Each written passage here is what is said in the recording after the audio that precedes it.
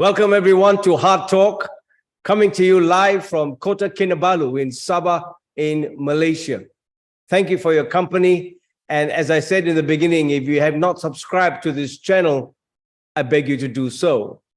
Now, Heart Talk is about heart-to-heart conversations about real life issues that matter to the heart, matter to wealth, health, well-being, spiritual living, and most important of all, how to live the abundant life.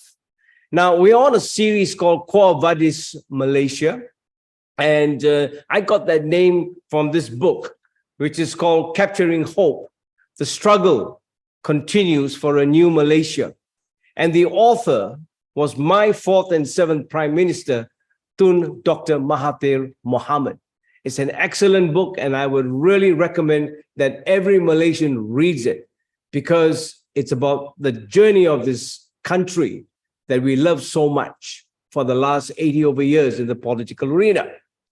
And so my guest today is the son of the author, and he is Dato Seri Utama Haji Mukhriz Mahathir. He's a veteran Malaysian politician and businessman himself, and can be best introduced in his own words as written on his Instagram, and I read, former Jeralun MP, Jitra Adun, ousted. Now, this is the humility of the man. Ousted as Kedah Menteri Besar twice. Never say die. Fight for your right to, and within brackets, form a party, and if I'm allowed to add, with a purpose.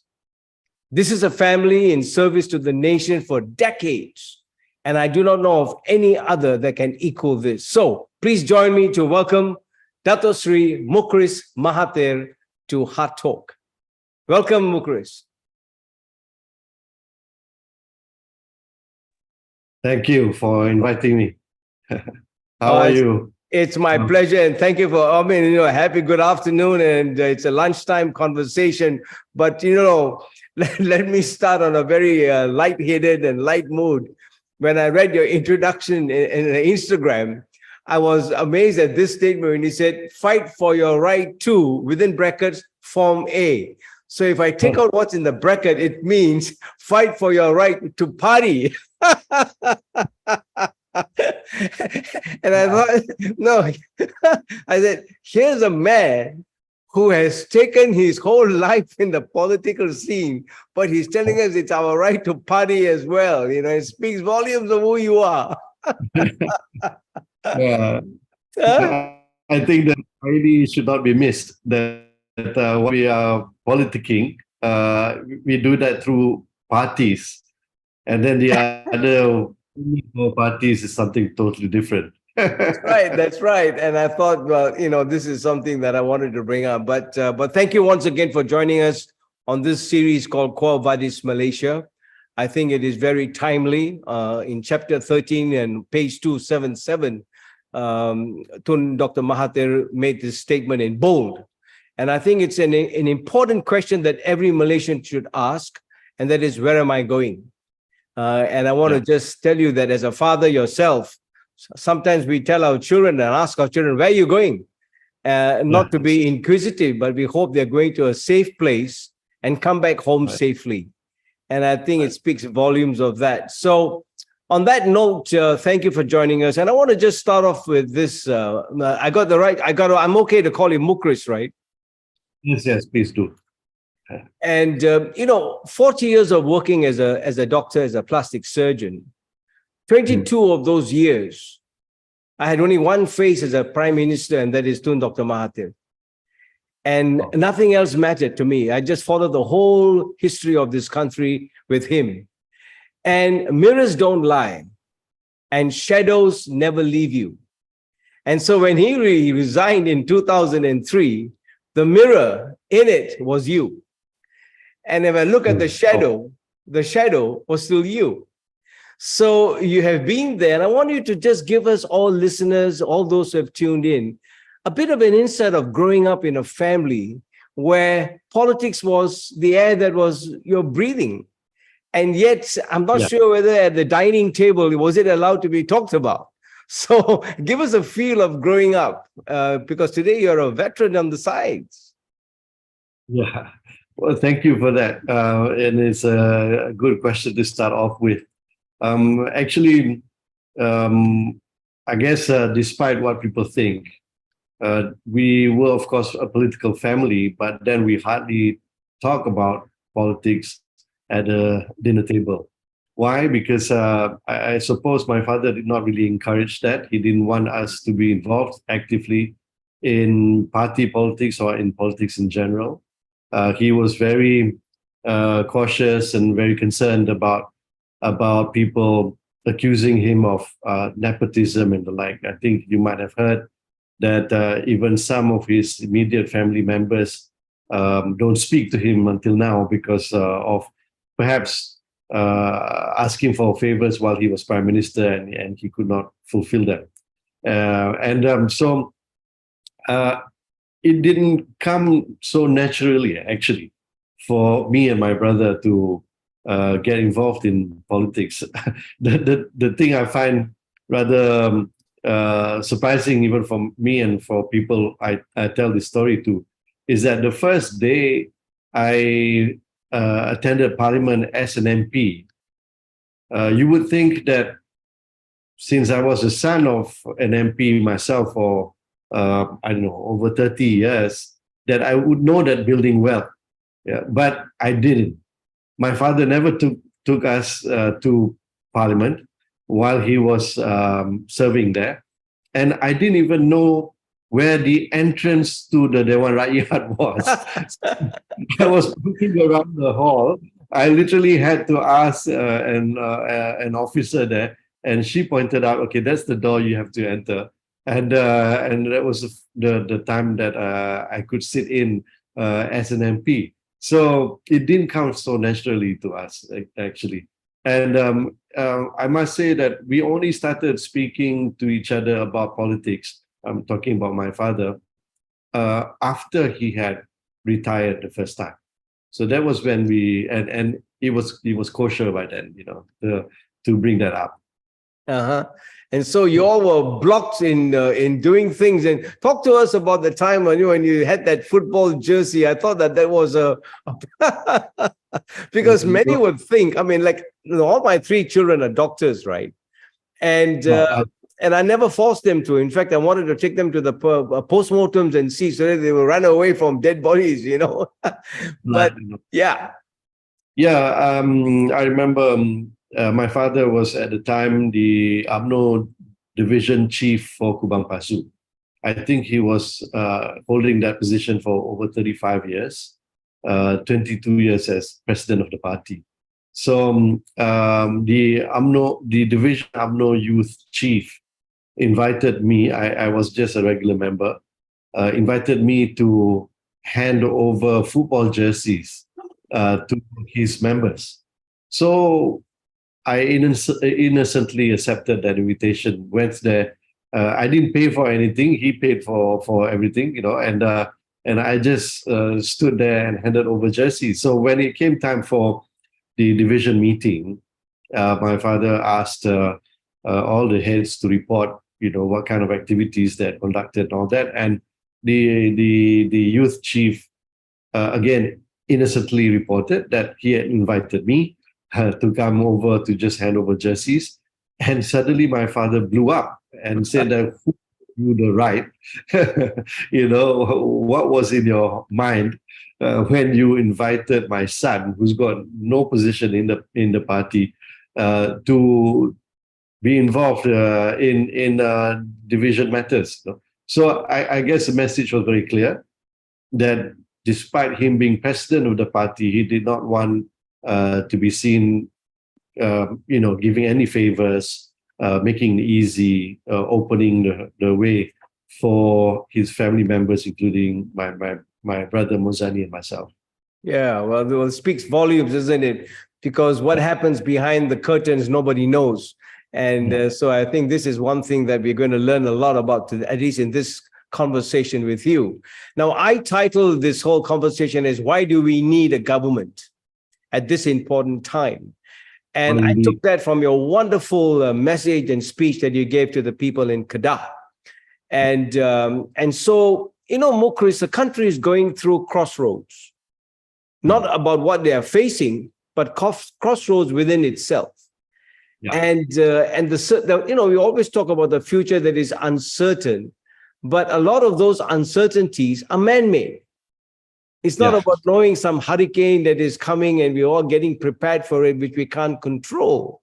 So when Tun resigned in 2003, you were about 39 years old. And so before that, you were in the corporate world. I mean, you're a businessman. I remember when I did my conversation with Tun, I told him he was a businessman when he was selling goreng pisang. And so business is in his blood. But looking through the lens of a corporate businessman, obviously you would choose the best of the best in order to make sure that the company does well.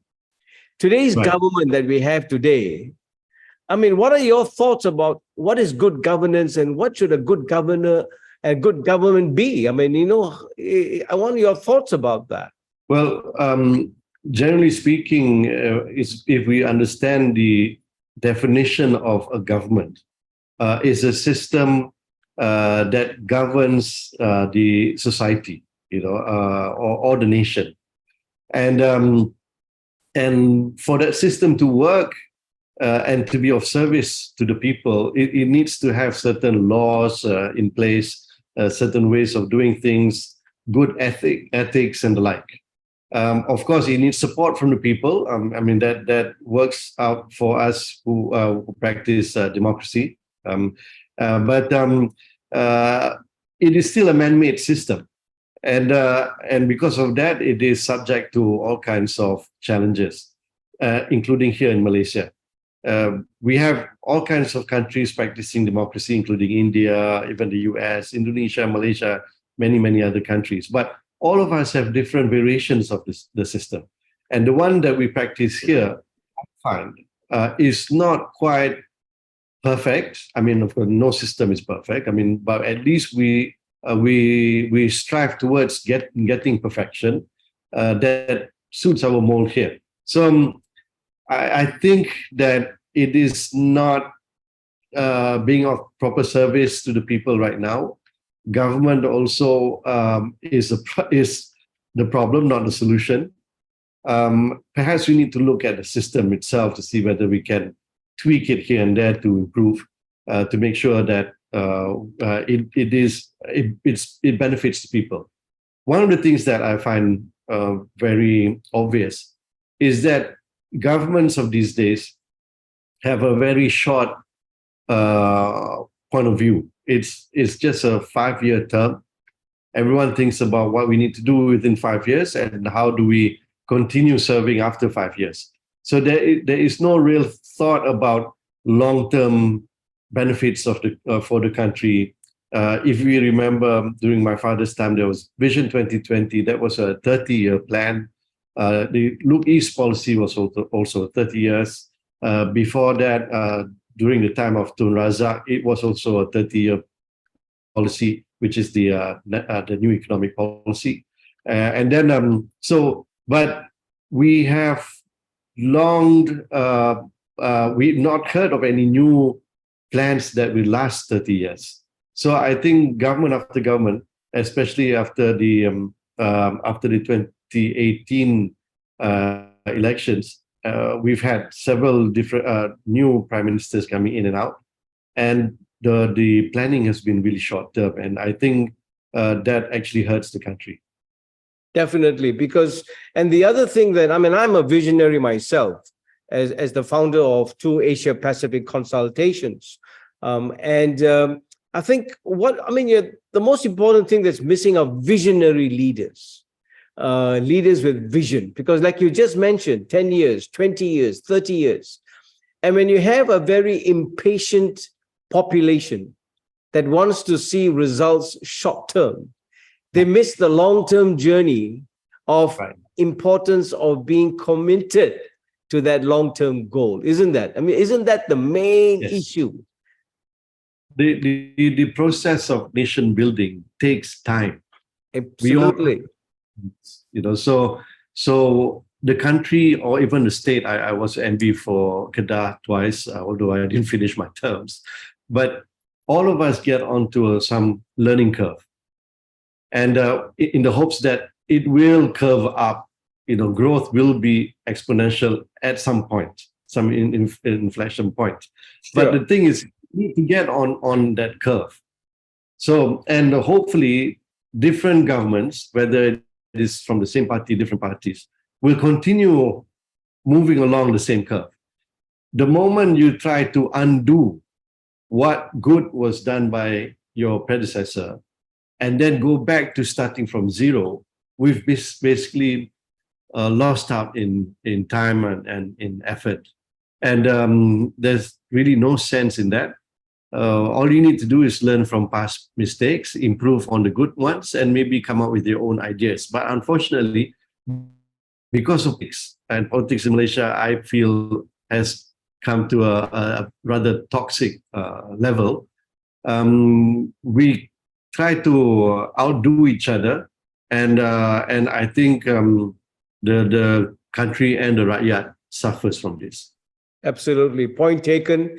And Mukhriz, I'm a doctor and I'm trained to see disease. Right. And so that's my focus. In fact, we are very, our mindset is so limited that we work within a closed loop. And I never, and many of, I'm sure doctors, we're just concerned going to work, treating the sick, coming home and doing service. And I've served Sabah now for what, nearly 40 years, 35, 40 years. Now, when you talk about the economic emancipation of a people and a nation, there's a price to pay. And I talk always about, the two credits that come from that, and that is you need ethics and you need morality in order for that emancipation journey to take place. But there are also two-faced monsters that come out of it during that transition, and that is poverty and corruption. Sure. And I want to take you to poverty, because when I hear you talking from the rostrum, poverty seems to be inside of you as a core calling, that your heart is for those who are poor. And many people forget to see that because they see the richness of where the environment is or who the person is, but they forget the call sign. So talk to me about Kedah and so many nations, so many states. I want your views on this, because poverty is the main struggle of every country. And if the government is not focused on that, and you are, then how does that come in your whole party philosophy, policy, and move? Well, as a doctor, you would know that you look first at the symptoms. Yeah. But then you don't treat symptoms. You treat the cause of the symptoms, right? Right. I mean, so when you diagnose, you need to diagnose accurately, and then you prescribe most effectively, right? Whether it's treatment, whether it's surgery, whether it's medication and the like, right? So it's the same with governance, I would think. If we misdiagnose, if we only look at only symptoms and try to deal with that, you don't solve the root problems. So we look at poverty as something that is a symptom, and we need to understand, why is this recurring? We've been independent for many years now, and yet it is still an ongoing problem. So in the case of Kedah, for example, we are known as the rice bowl of the country. It is not a bad thing per se. I mean, if you think about food security and things like that, you understand how important Kedah would be to make sure that it feeds the nation. Absolutely. So, right. So why is Kedah still poor? It is the second poorest state in the country, and you would think that if 70% of the population is directly or indirectly related to the cultivation of paddy, of rice, then why aren't these people benefiting from it? is 270,000 hectares of land that are either dams, lakes, water catchment areas, the forests, rivers, and the paddy field. That take up the whole effort to produce enough food for our people. That if you think you could just take 10% of that away and change that into an industrial park, maybe the state would be richer. But we understand, Kedahans understand that this is for the nation, and we sacrificed that large tract of land for that purpose. But surely Kedah needs to be compensated adequately, so that while it is fulfilling its responsibility as the rice bowl of the nation, that poverty in Kedah is addressed properly. And I think that is the role of governments. And unfortunately, I must say, the federal government has, closed one eye or something towards Kedah for far too long. When I was Menteri Besar, I brought this matter up numerous times in meetings with the Prime Minister, with the Cabinet, in official letters, begging them to pay attention to the plights of Kedahans. And unfortunately, it fell on deaf ears. So we do have a problem between federal and state governments, even when they are from the same ruling party.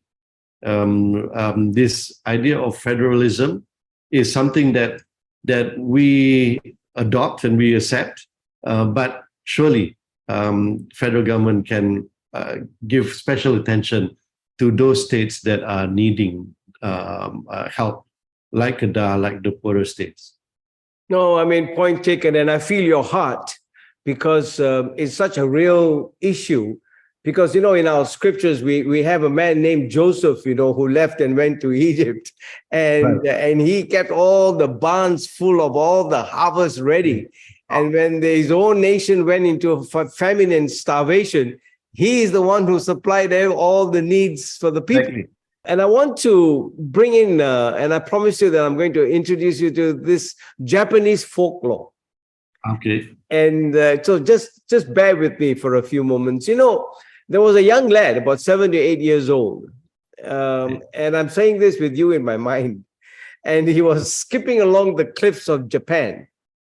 And as he was going early morning, 5 o'clock, he was going to school, Mukhriz. And he looked down, and all the paddy fields were there, and the villages were in the valleys and all that. And then as he had his knapsack and all that, and then he looked to the right, to the ocean, and far away, he saw a tsunami.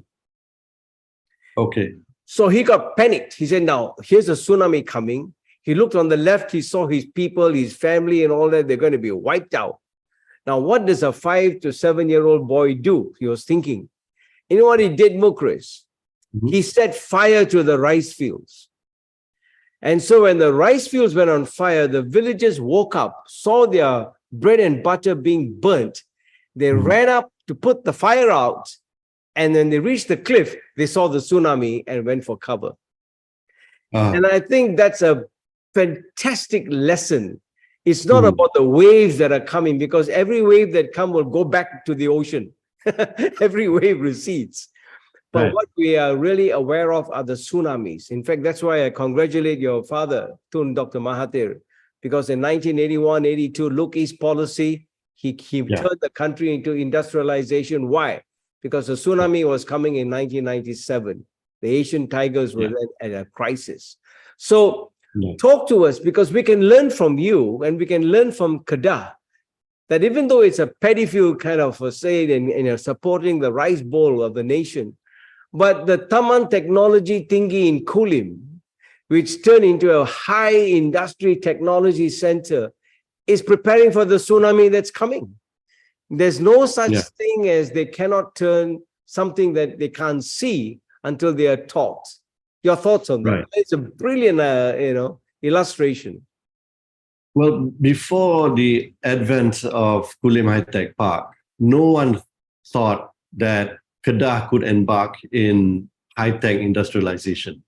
everyone thought that this state will remain an agrarian state, that it will stay like that forever.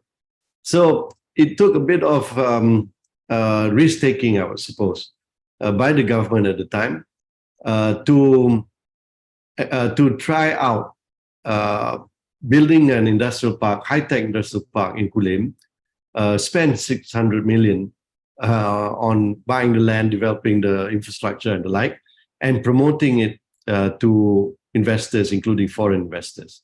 But clearly, it's been now many, many years since it first started. We have proven that Kedah can do it successfully. 31 billion ringgit invested in just that park alone. 26,000 jobs. Average salary is about 5,600 ringgit. 80% of the workers there are Kedahans. And I think it contributes considerably to the national GDP. So it just proves that once you set your mind to it, you could change the situation of a state, but you must have the political will to do it. Absolutely. And of course, one of the key ingredients would be education. If we didn't have the right type of education to make sure that all those employments all those jobs that are offered by Kulim High-Tech Park are filled by locals, not just Kedahans, but locals, Malaysians, then it would not have succeeded. So I think more of that needs to happen. A bit of political will just to push through, not take things for granted, not having to just keep to the old ways and say that, well, paddy is all that Kedah does, and for forever it'll be stuck with that.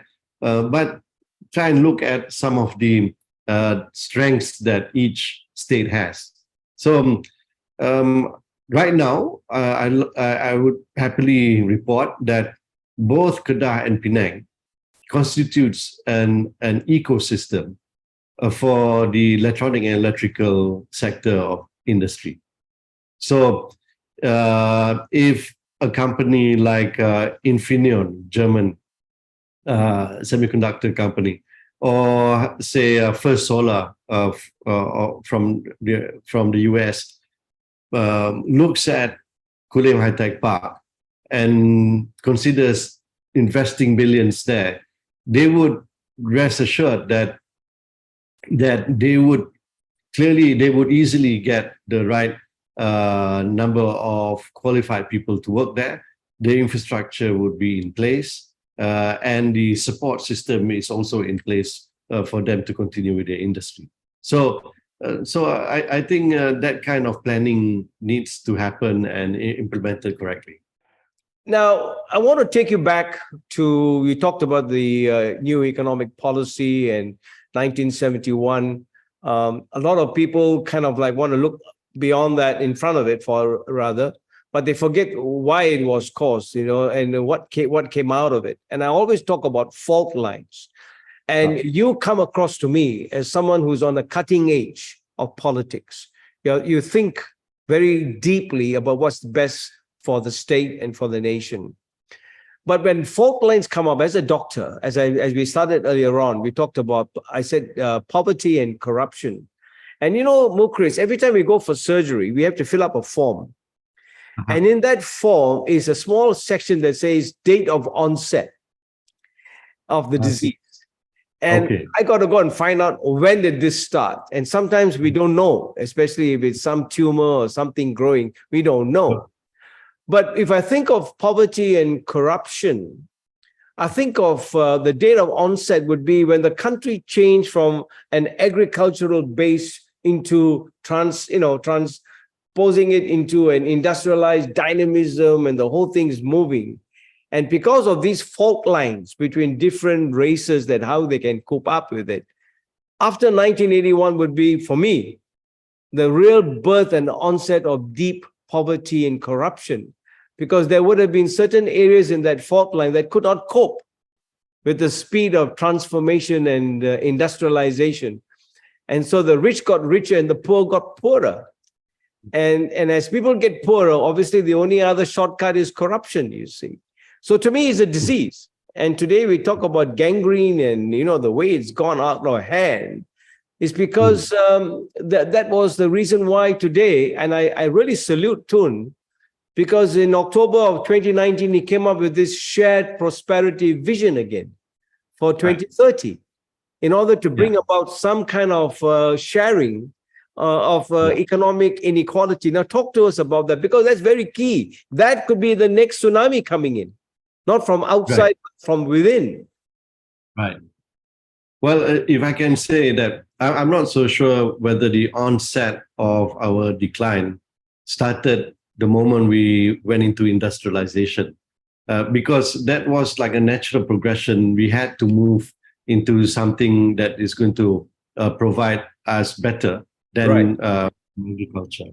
But you're right in that it creates more opportunities for wrongdoings. So it was not just the industrialization, but it needed to be complemented with activities that strengthens your inner self, your inner strength. The Malays use the word jati diri, So I think we tried to do that as well, to make sure that, okay, this is the path that we're going. It is a good path, but not without challenges and not without its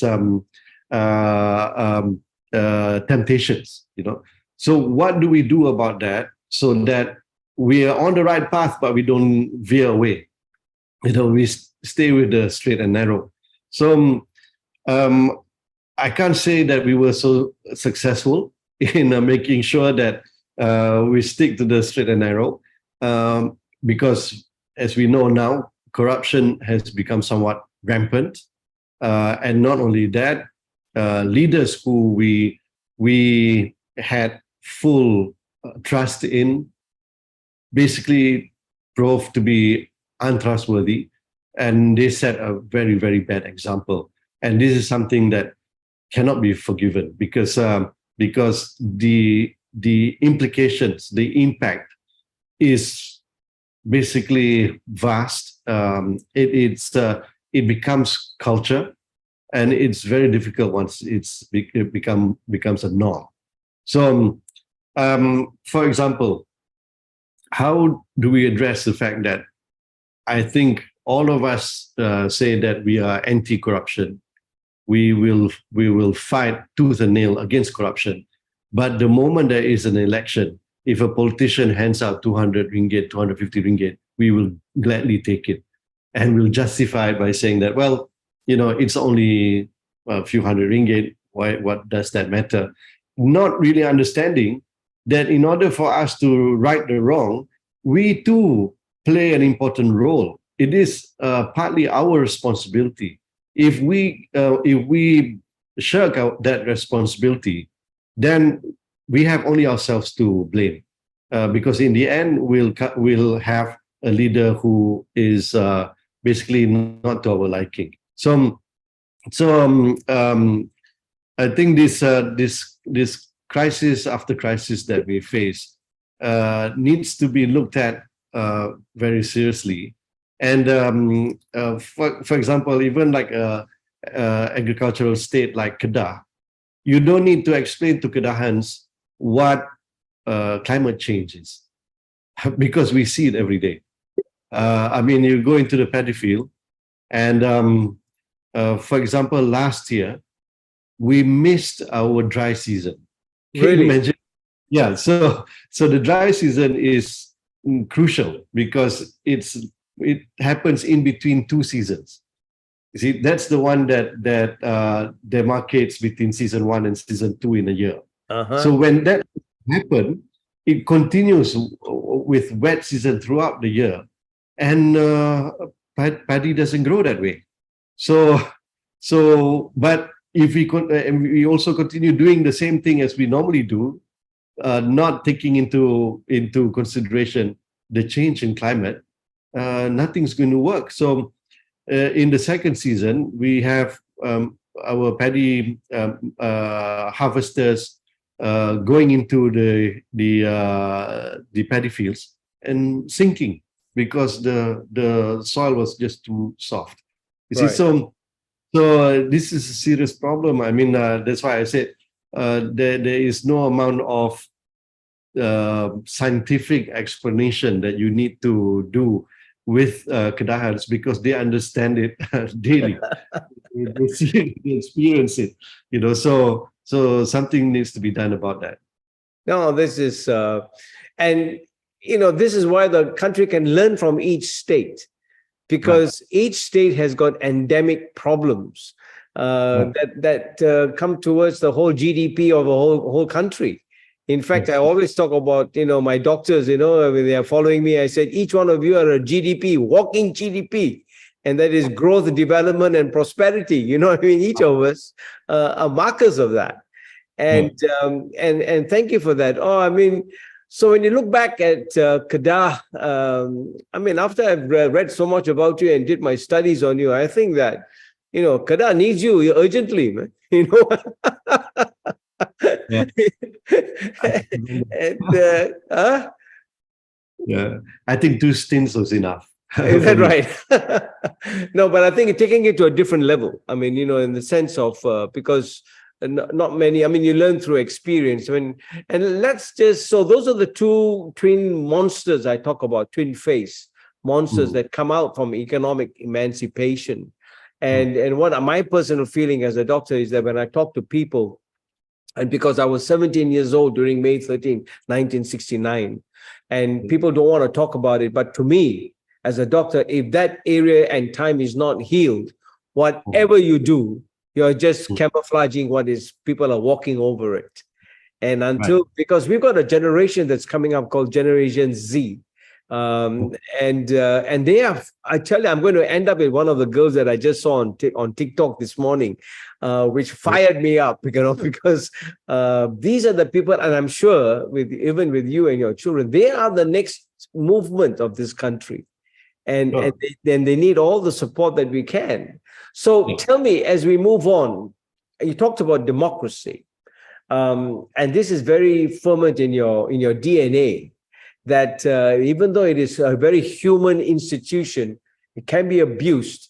But we are thankful that we have a constitutional monarchy, we have a Westminster system of democracy, which offers the best opportunity of sovereignty in the hands of the people. Is democracy still alive in this nation? Yeah.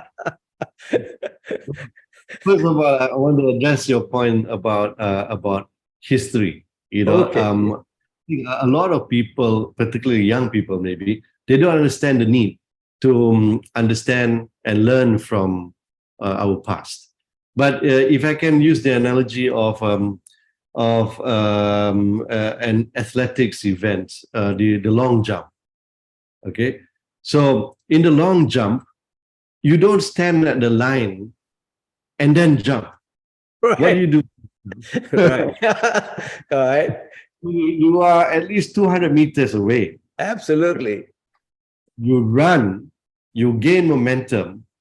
You know, you have the right direction. You have the right. You set your course so that your foot, the last one that hits the ground, is just on or just before the line. You cannot cross the line, right? So then that momentum pushes you forward, and then you end up with a good long jump. See, that's history. If you didn't have that momentum, that 200-meter run up before you hit the line, you wouldn't have gotten that kind of distance, which is the future. See, so if we can get young people to understand this, you learn from your past. It may be a very bad past. 13 May 1969 was a very tragic, bloody, part of our history. But it is very important to learn from that, to understand why it happened, what did we do to mitigate that, and what policies were put in place so that it didn't reoccur.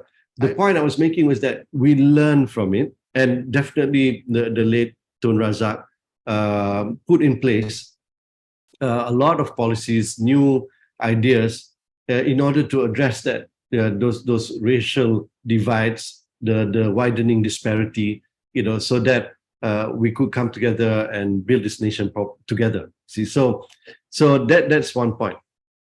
Democracy again is the system that we chose for ourselves. I think it's a system that we're stuck with. I mean, not in a bad way, but I mean, we need to keep building on it, improving on it. It is man-made, as I said before. But I can't help but compare it with other systems that have seemingly proven to be successful in eradicating poverty, for example, pushing a nation into development and progress. And one of them being China, of course. I can't help but being envious of their policies, their system in eradicating poverty for 80 million people, just like that. I mean, how do you do that? I mean, I think that is a feat that has never been achieved by any nation in the world, and they've done it, they've proven it.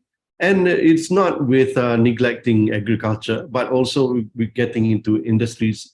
Education, of course, plays an extremely important part. But the gumption, the vision, the strategy, the implementation, the decision-making was all right, to me. So I'm not saying that democracy can't do it, that we can do it, but then we should not over-politicize things. Right now, everything is politics, Charles. Absolutely. I mean, education is politics. Even who paid the debt of Felda is politics, I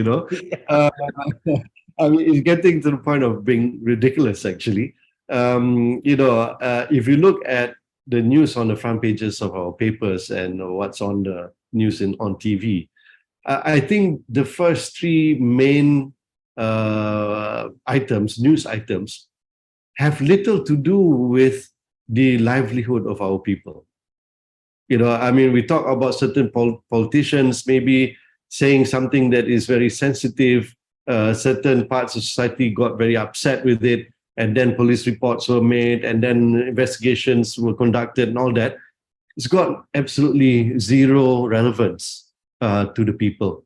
The people are thinking about putting food on the table, making ends meet, making a decent living, putting a roof over our heads, making sure that our children have got jobs, that they're getting educated properly, that we are able to attract FDIs or DDIs in the country, and at the same time keeping the fabric of society intact.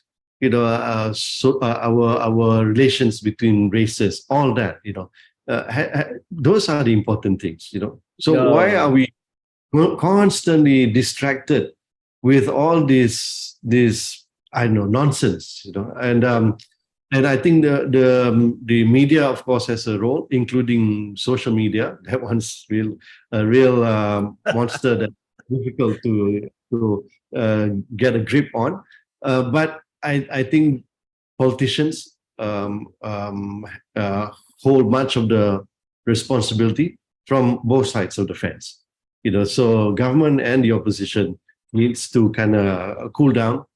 I know that we have too many elections going on. I mean, whether it's a by-election, general elections, now it's state elections, it is continuous. It's never ending.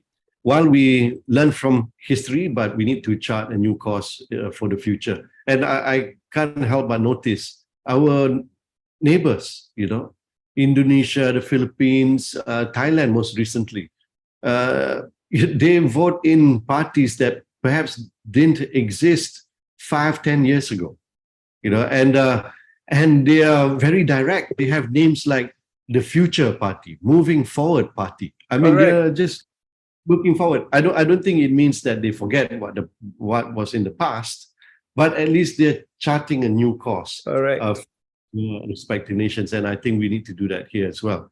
And this is the reason my own party feel that we won't have anything to do with these coming state elections. we want to take a bit of time to rebuild ourselves, attract young people, teach them about politics, teach them about leadership. I mean, you're extremely good at that. And then let's think about what kind of government do we want? What kind of leaders do we want? Whether it is the Prime Minister, the Menteri Besar, the Chief Ministers, and the like. Yeah. No, I mean, I hope the whole nation hears what you're saying, because as I said, as a doctor, it all comes back to fault lines.